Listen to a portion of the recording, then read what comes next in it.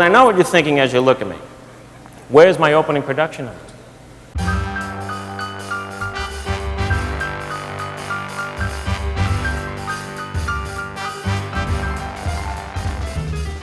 How do you open the show that brings award season to a close?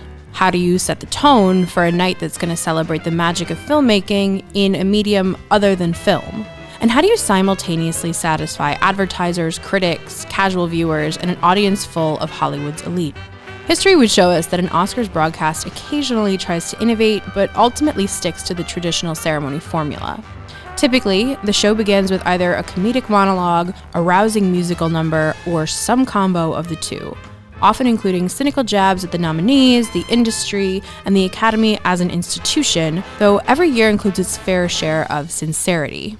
I find the musical numbers that open the Oscars to be a point of particular fascination.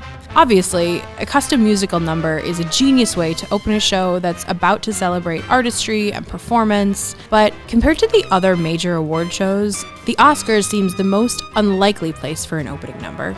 The Academy would perhaps be better served with a thematic movie montage to kick off the evening, compared to like the Grammys or the Tonys, for example, where musical performance is in the fabric of the work being honored.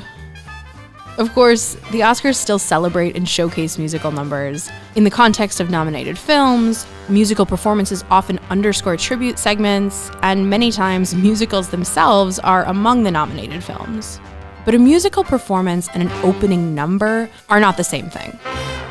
No, an opening number is a beast all its own. Due to cutbacks, the Academy said they didn't have enough money for an opening number. Now, you know what? I'm going to do one anyway. The official values of the Academy serve, in an ideal world, as guidelines for the ceremony. Celebrate, inspire, preserve, and connect. And I think these values should extend to the intent behind the opening numbers as well. The goal of these performances, aside from setting the tone and literally getting the show underway, should be to celebrate the magic of filmmaking and reaffirm the power of the medium and the people who bring it to life. In song form! Some opening numbers achieve this goal, inspiring a shared love of film, recognizing historic moments, and exciting the audience for a night of celebration. Others, though, let's just say the intentions are not the same.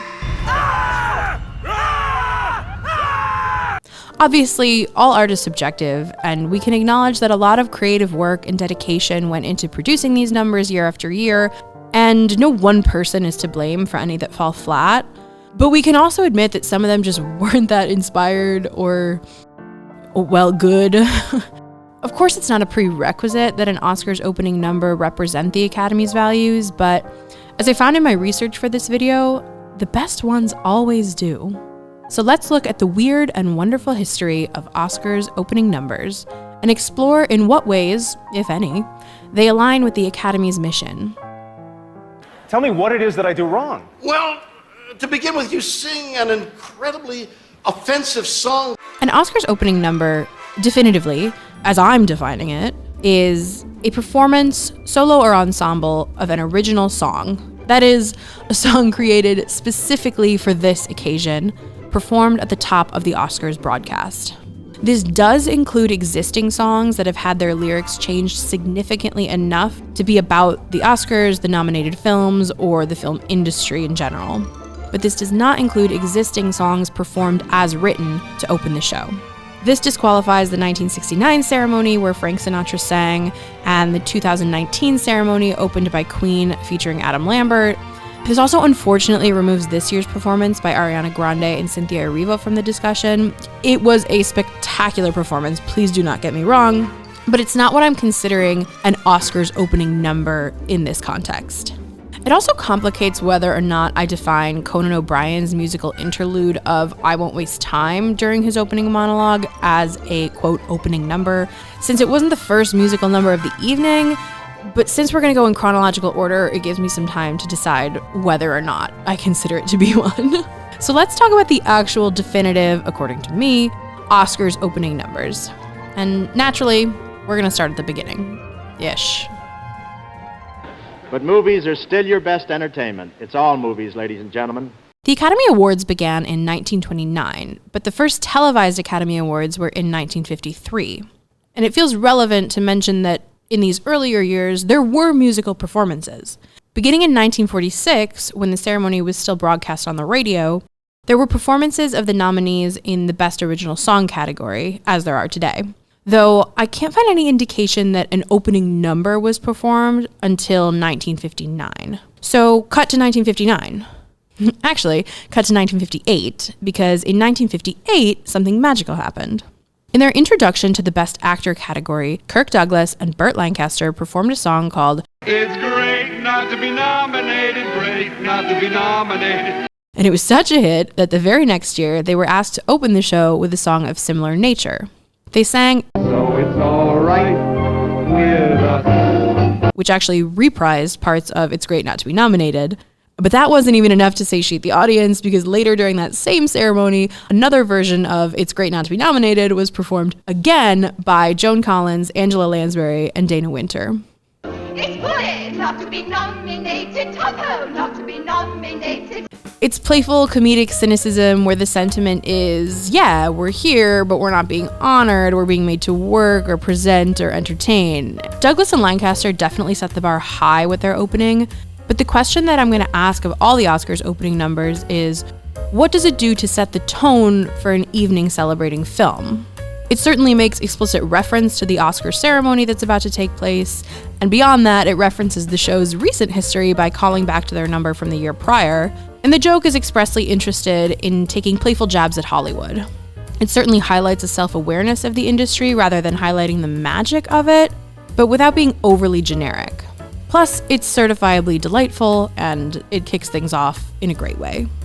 Aside from some orchestral overtures, the next decade is completely devoid of opening numbers. Sinatra sings his opening in 1969, but as I mentioned, it's a song from his existing catalog, so I'm sorry, Frank, but we have to consider the 60s a wash for the sake of this video. But the 70s more than make up for it.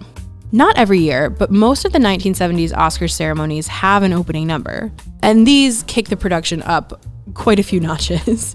Every performer is a musical theater legend, and the focus is much more on the glitz and glamour of filmmaking, which is wonderful in theory, but the earnestness and sincerity sometimes slips into unfun territory. There's ideally a balance to be struck between respecting the work and the history, but not taking it too seriously. The 1972 ceremony opens with an ensemble number led by the legendary Joel Grey titled Lights, camera, action! This number chronicles the history of how Hollywood became the home of movie-making magic. The number is littered with elaborately costumed ensemble members, full-scale dance numbers, giant staircases, and a hybrid flying Mary Poppins Maria von Trapp, as Grey leads the audience through historic milestones of the industry. But it really excels at reflecting on film history and highlighting the most memorable milestones. And it certainly sets a new bar for what an Oscars opening number can be, which many will try to emulate in the coming years, most successfully by Neil Patrick Harris, in my opinion, but we'll get there when we get there. Most importantly, I think it strikes the right tone of earnest regard for the industry while still being sharply executed and cheeky. Angela Lansbury follows this up in 1973 with another big number. Make a little magic, that is what it's all about. Though this one doesn't hit as hard for me. The message of the song is much more about the work and collaboration that goes into movie making, which I love the emphasis on, because to me, that's what the Academy Awards are truly there to celebrate. But once it gets to the sparkly, glamorous part, the number moves much slower than the year prior. It certainly allows the audience to marvel at the craftsmanship, but as an opening number, I need things to be a bit punchier personally. But we see Angela Lansbury move through different departments, many of which are the very categories the Academy will be awarding later that night.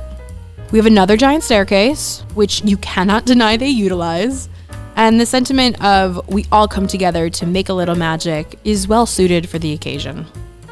In 1974, Liza Minnelli, fresh off her own Oscar win, brings things back down to earth a little bit. Oscar, everybody loves you, Oscar. Her opening number is still a showstopper with an ensemble of dancers and giant Oscar statues, but the focus is undoubtedly on Liza.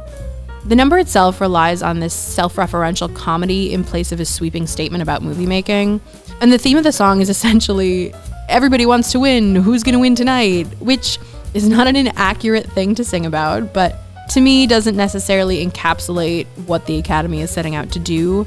I mean, it's highlighting the anticipation of the celebration, but this opening number isn't eliciting the feeling that movies do the way the past 2 years had.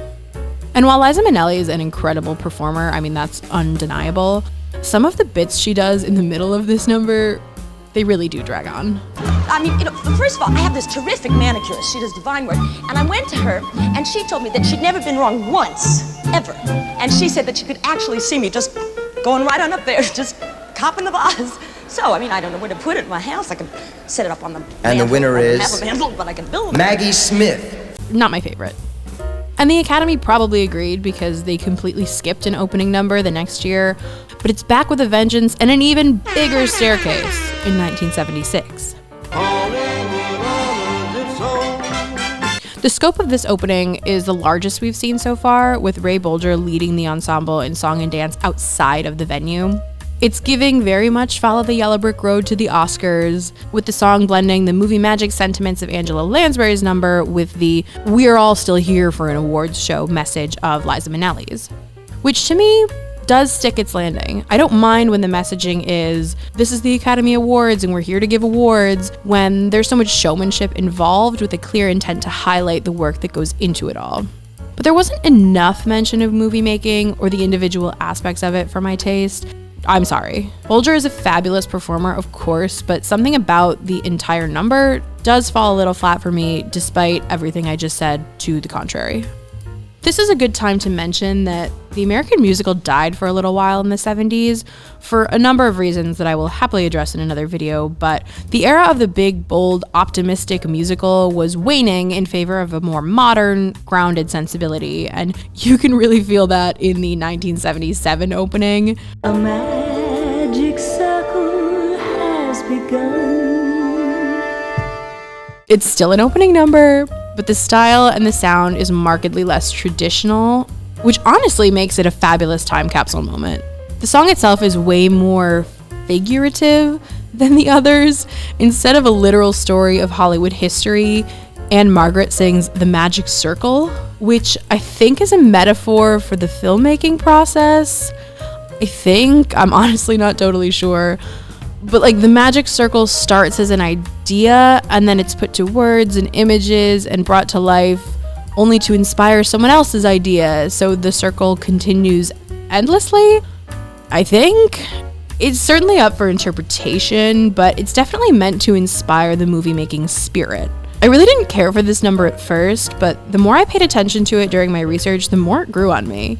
It is a clear product of its time, but it also firmly aligns with the Academy values and its sentiments. I don't know, I like it. There's no staircases though. There's this like modern curved ramp in place of a staircase, a sign of the changing times. We close out the decade in 1978 with a return to form and some friggin' staircases, you guys. Look how far we've come. Debbie Reynolds leads us through the quite literal birth of Oscar and moments in film history. It's very fitting for the award's 50th anniversary. Of all the years we've seen so far, this is probably the closest to Joel Grey's first 1972 performance, and given the significant anniversary, the sentiment of look how far we've come as an institution and an industry and a technology hits honestly even harder than it did in 72. 72 did a better job at visually staging the moments in history it was highlighting, but 78 makes even more references to contemporary movies, which I appreciate, and which saves the number from being too generic. I think these numbers should always reference movies specifically, not just generally. Plus, they are absolutely taking full advantage of the stairs in this one. I mean, really. We skip ahead a few years to 1983 to find our next opening number, one of only 4 in the 80s. And it all comes down to this. Yes, it all comes down to this. It's a quartet of Walter Matthau, Dudley Moore, Richard Pryor, and Liza Minnelli, singing a song about the culmination of the Academy Awards as the final stop after a long road of making your film. It's like a combo of Liza's last opening number about the anticipation of the Oscar ceremony itself and the original Kirk Douglas, Burt Lancaster, It's All Right With Us, but less funny and somehow less visually interesting. The 4 of them stand on a severely underutilized set of stairs. Liza carries them vocally, of course, and it feels like none of them rehearsed together. It just so severely lacks any dynamics as a performance, and you know by now that I don't love the songs that are just about, it's the Oscars, aren't we all so excited? This one at least mentions some of the work that goes into making the film, so I'll give it that, but the final product performance is not equal to the sum of its individual parts. And it just seems like the guys really phoned it in on this one. For whatever reason, the 1986 opening was the most difficult to track down, but I did end up finding it. Oscar 58th award is on the air. The show was co-hosted by Jane Fonda, Alan Alda, and Robin Williams, but the opening number was led by the late Terry Garr and featured her flying into the Oscars in a bedazzled pilot's uniform with a kick line on the wings of the plane. The moment is a tribute, but also a parody of the iconic imagery in Flying Down to Rio, which is intercut into the opening along with some other iconic movie scenes of characters like reacting to her. This is my favorite thing an Oscars opening number can do. Actually include moments of film. So major points for that. We will see it again in future years, but I cannot stress enough, in my opinion, it's the most spectacular thing an Oscars opening number can do. Upon arrival to the stage, it becomes a full-fledged musical number reprising Lights, Camera, Action from 1972. Hollywood is a trip to Oz. It's a wonderland. It's like Santa Claus. During the first Flying Down to Oscars portion, I admittedly can't hear all of the lyrics just because of the quality of the video that I had access to, but the gist I get is that it's once again about the awards themselves and how the show is about to begin, which is much more forgivable in my eyes given the inclusion of actual movie moments and the fact that it's only a portion of the whole number. Garr isn't the strongest musical performer, but her comedic chops and charm make up for it. The ensemble is fabulous, plus there are 2 small staircases in the staging. They're not the best we've seen, but it's always a good sign. 1988 goes all in on an ensemble performance with a play on I Hope I Get It from a chorus line. Which is a little bit random to me. Like, I know it's perfectly fitting for this scenario, and the film version did win some Oscars, but that was back in 1986, and this is 1988, so it's not even like the next subsequent year. But regardless of relevance, they tailor the lyrics to be a bit more Oscar night specific, as little cubbies depict various stages of film production, from costuming to set design to music composition, and then these giant Oscar statues come to life as dancers. It's deliciously theatrical and honestly a little bit creepy, but I do really like the cubby vignettes. The sentiment is another good balance of this is an award I want to win, but also look at the hard work and craftsmanship and collaboration that goes into filmmaking. No complaint from me in that regard, but at one point they cut to various nominees in the audience and literally no one looks like they're enjoying themselves. But thankfully, compared to some other years, this opening number is fairly short, which is not something that can be said for the next year.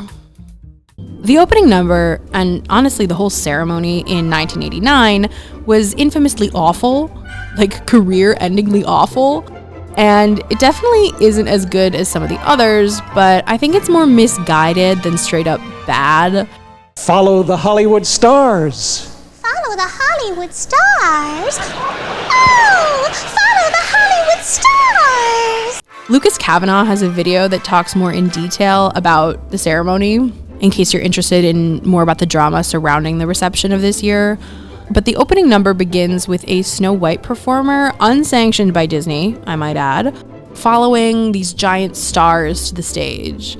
Now, these star dancers are the most exaggerated costumes we've yet to see, and it definitely kicks things off in a more ridiculous manner than we've seen thus far. A rewritten version of I Only Have Eyes for You is sung to a very lukewarm audience to get the number going, and the sentiment seems to be recalling the Hollywood of the past, but specifically nights at the Coconut Grove, which is very much not the same as Hollywood's past in the context of movie making. As it goes on, there are a couple of moments that honor specific Hollywood legends as the ensemble dances, which is so close to being a nice tribute. But then Rob Lowe comes out and they sing a rewritten version of Proud Mary, and the whole thing loses its own plot. Rolling, rolling, keep wheels rolling. At its core, and in its lyrics, the message, I think, is that like Hollywood moves forward and like keeps rolling, as it were. But then the finale ends up being a more straightforward tribute to Hollywood and its magic. It's definitely flashy, and the ensemble performers are wonderful, but I don't think it quite knew what it wanted to be, and it certainly didn't have a clear message that aligned with the Academy's values in any productive way. It's just very all over the place. In hindsight, some people have come to love it and its campiness, and it's really not as disastrous as people have made it out to be, but I think the reception has a lot more to do with the Stars of Tomorrow number that came later in the show that year, which is a topic for somebody else's video. The opening number, I think, is just more messy than bad. But this 1989 number changed the Oscars openings forever. Because the next year, Billy Crystal was the host, and he made it his personal mission and tradition to make fun of the 1989 opening. Where's that big, terrible number that usually opens the Oscars? Billy Crystal, icon and comedic genius that he is, calls out that there is, thankfully, no opening number this year, and then proceeds to sing his own medley of parody songs for each of the Best Picture nominees, which is in direct mockery of the Proud Mary moment from the year before. Crystal changes the lyrics of popular songs to fit a narrative about the nominated films and the actors in them. It's genius, it's clever, and he's musically inclined enough that his singing is not a part of the joke, but it enhances the whole number. It's so creative and delightful, and it's such a hit that he goes on to do this every year he hosts the Oscars. Hey, Bill, you gonna sing one of them Best Picture medleys like you always do? And the answer is, yeah. It's a wonderful night for Oscar, Oscar, Oscar. Who will win? You didn't think I wasn't gonna do this, did you? It's perfect and playful and self-aware. While it doesn't have some big overarching message about movie magic or Hollywood history, it really does honor the nominees, connect with the audience, and inspire a love and enjoyment of film that I think comes together to be an excellent series of opening numbers, despite the lack of ensemble members, costumes, and even stares. I love these Billy Crystal performances so much. When he and Meg Ryan came out to present the award for Best Picture this year, I desperately wanted him to do just like a little bit of a riff of It's a Wonderful Night for Oscar. I was waiting for it and it didn't happen, which is fine. I still love you, Billy Crystal, but gosh, they're so memorable. It's great to be back because, I used to work here. You did? Yeah. There is one year, 1991, where Billy Crystal still hosts and does his personal opening number, but there's another beautiful opening number honoring film and the 100-year anniversary of the kinetoscope. This properly opens the show before Crystal comes out, which he does on a horse, by the way. Whose horse is that? But the opening number is one of the most explicit celebrations and tributes to filmmaking that we see in all of these years. Michael Caine reports from Paris and takes the audience on a trip through time and film history, showing historic and foundational film clips until finally, history arrives to the Oscars stage and an ensemble of dancers pop right out of the screen. They perform a number honoring 100 years of film with singers and dancers interpreting famous scenes from various genres. It perfectly utilizes the medium of film alongside the theater and dance performances, which is precisely what should be happening at the Oscars. You know my opinion on that by now. And it sparks a trend of live performers interacting with film on the screen that we will see in subsequent years. And then, of course, Billy Crystal comes out and does his thing, so we really get a double whammy treat as an audience that year. In the midst of Crystal's impressive hosting run, there are 2 mid-90s years that he steps away. And in those years, we're back to a more traditional opening number. And they happen to be some of my absolute favorites on this list for their explicit use of and interaction with film, very similar to 1991's opening. It's so exceptionally done these next 2 years that I can even overlook their use of existing songs. Even though there are lyric changes, I do always prefer if an original song is written for the opening number, but these are so strong in other aspects that I honestly almost don't care at all. In 1994, Bernadette Peters sings a version of Putting It Together from Sunday in the Park with George, a song originally about the process of making art, and it's perfectly adjusted to be about the filmmaking process. Putting it together. And in 1995, Tim Curry, Kathy Najimy, and Mara Wilson perform Make 'Em Laugh from Singin' in the Rain, a film about the filmmaking process. The latter is more of a tribute specifically to comedy films than overall movie making, so I admittedly think it may have been better served as a mid-show performance rather than an opening number, but that's me being really picky. The putting it together number just so perfectly serves to set the tone for the Academy Awards and showcase artists in all categories, which it does explicitly.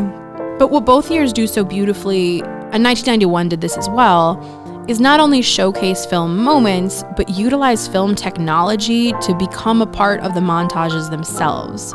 We watch Bernadette Peters prepare for the scene before finally transitioning from filmed performance to live on stage, on a big-ass staircase, no less. More impressively, the 1995 performers move back and forth from screen to stage, interacting with the montage itself along with the audience and the camera. The technology does feel dated by today's standards, but even watching it today, it still elicits this magical feeling. So even while 1994's performance feels more like it's honoring the entire industry rather than just specifically comedy like in 1995, it's so refreshing to see both numbers really include film as part of the performance. I, as I'm sure you know by now, think it should always be incorporated because to me, that's what sets it apart from like a Tony's opening number or a Grammy's opening number, because we're here to celebrate film. And obviously, there was no way to top these two for a while, which means aside from a sprinkling of the Billy Crystal years, these are the last big opening numbers we see until 2009. But by 2009, musicals are back, baby. And they're back with style and flair and Hugh Jackman. I stayed up all night in my garage. I put together my own tribute to this year's films. Hugh Jackman, who longs for the musical theater stage, takes a page out of Billy Crystal's book, prefacing his performance with, the Academy said no opening number this year, but surprise, I put one together anyway.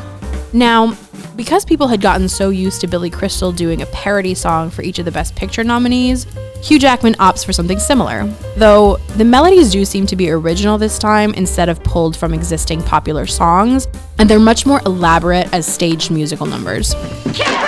The design of the number is comedically homemade in light of the recession, and to add to the idea that it was hastily thrown together, it's a delightful tribute to the nominated films, as Billy Crystal's always were, and it's honestly one of the most memorable Oscars openings.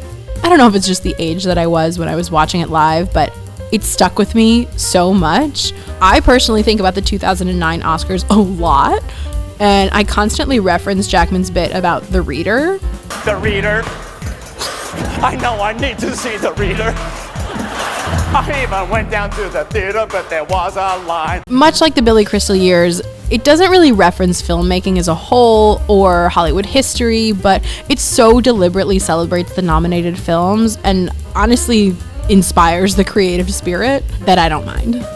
Later in the 2009 ceremony, Jackman also leads a tribute to musicals in film with Amanda Seyfried and Dominic Cooper, fresh off the success of Mamma Mia, and Zac Efron and Vanessa Hudgens, fresh off the success of High School Musical 3, and Beyoncé, whose career hasn't yet skyrocketed to the point of not doing this sort of thing. It's one of my favorite Oscar performances of all time, and it's an incredible tribute. Does the opening number get extra points for that? No. But it does have the staircase that the opening number does not, so I have to mention it. In another back-to-back double whammy, the next year is hosted by Neil Patrick Harris, because the producers immediately had to get more musical theater talent to satiate the masses. Neil Patrick Harris has 2 Oscars opening numbers, one in 2010 and another in 2015 when he hosted. Neil Patrick Harris should host at least one major award ceremony every year, but some of you aren't ready for that conversation. And the 2010 performance is definitely the weaker of the two, in both its composition and its messaging.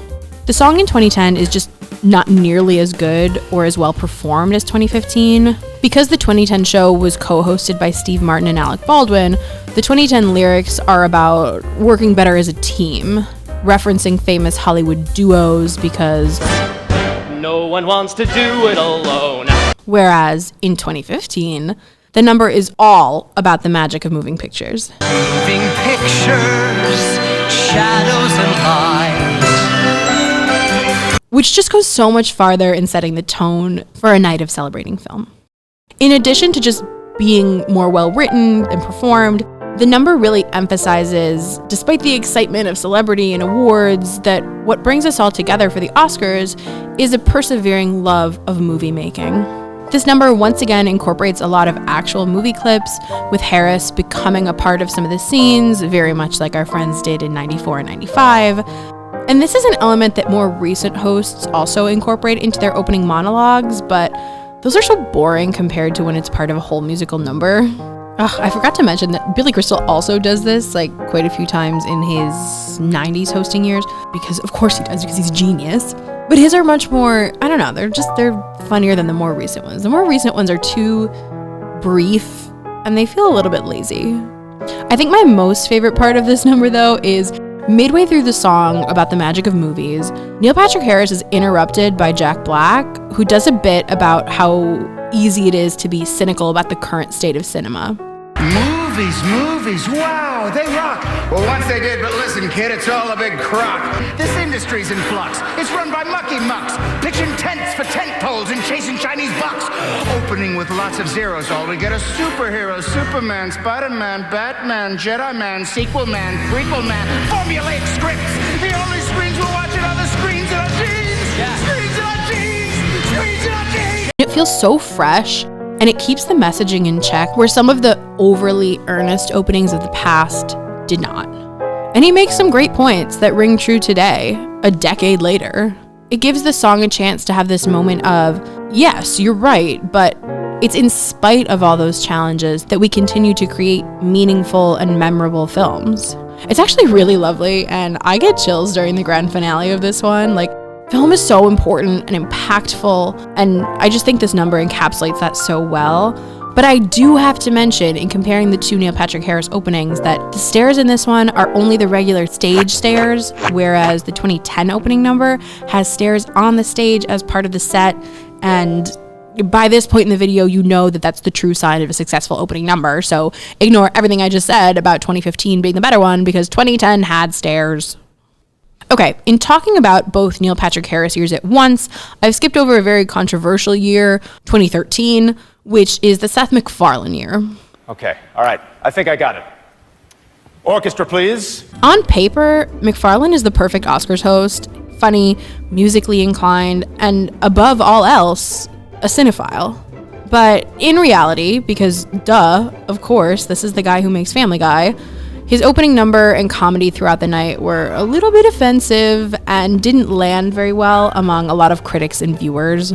His opening number is framed as this conversation with William Shatner's Captain Kirk from the next day after the broadcast, and the news is that MacFarlane did a terrible job hosting. We then see a video of the performance that, future William Shatner is telling Seth MacFarlane that he did at the Oscars, which is, "We saw your boobs." And it's not a full-out live performance, we just see the video of it. But the song is exactly what you would expect. Despite its off-color nature and the rightful criticism it did receive, there is this air of self-awareness in the, this is the kind of thing people think I'm gonna do to ruin the show, hee hee. And it's followed up by more back and forth of, well, what should I actually do? And Shatner spells out what I've been saying this whole time about opening numbers. Look, these people don't want you to mock the movies. If you're going to do a song, sing one that celebrates the movies. That's what tonight's supposed to be about. Bruh. So they get it, they really do, but the rest of the opening goes on with some existing movie songs and movie bits, and then a version of Be Our Guest as his grand finale. There are definitely some hiccups, but the opening as a whole is aware of the sentiment it should be striving for, just with the Seth MacFarlane twists. To me, it's exactly what I would expect Seth MacFarlane to do for the opening, but I also really wish he had gone for a more straightforward, big, traditional music number, obviously with some comedy, because he would have been spectacular. And he honestly should have had a staircase, because I know that he knows the importance of a staircase. Don't you remember how much money your father wasted so he could make grand staircase entrances? The next opening number isn't until 2020, and honestly, thank goodness we got one when we did, because the next few years of the broadcast would have to make exceptions due to COVID. Be loud, be seen, be lit, be heard, 'cause tonight we come alive! 2020 has an energetic opening number led by the talented Janelle Monáe, who starts with a Mr. Rogers' Neighborhood entrance and performance of the theme song. Tom Hanks was nominated that year for playing Fred Rogers, so it was relevant at the time. Similarly, later in the number, Billy Porter comes out to sing part of I'm Still Standing, as this was also the year that Rocket Man was nominated. But in between those two existing songs, Janelle Monáe sings a rewritten version of her song Come Alive, War of the Roses, where the lyrics are changed mostly to make it about the fact that it's Oscars night. Never my favorite thing.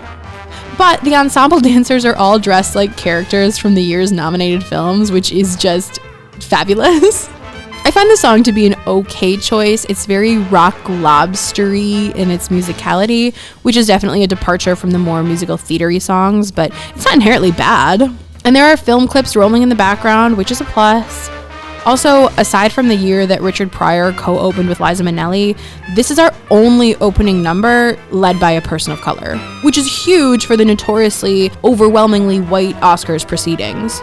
So I'm glad that we have a semi-original song sandwiched in between the existing ones so that we can talk about it and count it as an opening number for this video. I do have beef with the camera work during this number though. It moves around so much compared to the other years, and it makes the number seem like frantic and disjointed in a way that it wouldn't have if it had just been filmed differently. It's a stellar number, more filled with film references than reverence, but it definitely kicked off the show with a good burst of energy, which cannot be said for the next few years, but it was COVID time, so I'll give them a little bit of a pass. And this brings us to the most recent Oscars ceremony in 2025. As I mentioned in the beginning, technically, the performance from Ariana and Cynthia that opens the show does not count as an opening number since it was only existing songs being sung, but we do get a sliver of musical number from Conan O'Brien later in the opening. I won't waste time. I won't waste time. I hesitate to consider his performance an opening number, given that another performance had already happened, and his song is almost 20 minutes into the show, but I guess I counted Billy Crystal's 1991 opening number, even though there had been another opening number, so I guess it counts. I'd be more inclined to consider it if it had been about movie making, but it was just a comedic bit about not wasting the viewer's time. You know, the broadcast notoriously runs long. He made a couple references to this year's films, but honestly, I think only two of them, with the Dune Part 2 Sandworm and Dancing Deadpool. Like, I just wanted so much more. The number really didn't have anything to say, and I think it would have landed better as a bit either earlier in his monologue or later in the show, like once they were more running over the time. But I don't want to consider it an opening number along with the others in this video for all those reasons, but I guess technically, as I've defined it, it does count as an Oscars opening number, unfortunately. The great news is that the opening number is by no means dead. It's only been a couple of years since the infamous Ariana DeBose BAFTAs. Angela Bassett did the thing. And David Tennant recently opened the BAFTAs with a performance of 500 Miles, which admittedly is not an original song, but the crowd was so into it. Like, you cannot tell me that there's a better way to open an awards show. And Conan O'Brien's small musical bit this year was a good sign of things to come. But if you can tailor your opening number to be relevant to the celebration at hand, then you've really created something special. And if you include a giant staircase set piece, you've done absolutely everything right. Thank you so much for watching this video. Make sure to leave a comment and let me know which of these Oscars opening numbers was your favorite, or what other award show opening numbers you found memorable in the past. If you enjoyed this video, please consider liking it and subscribing to my channel for more content. And I hope to see you for another video soon.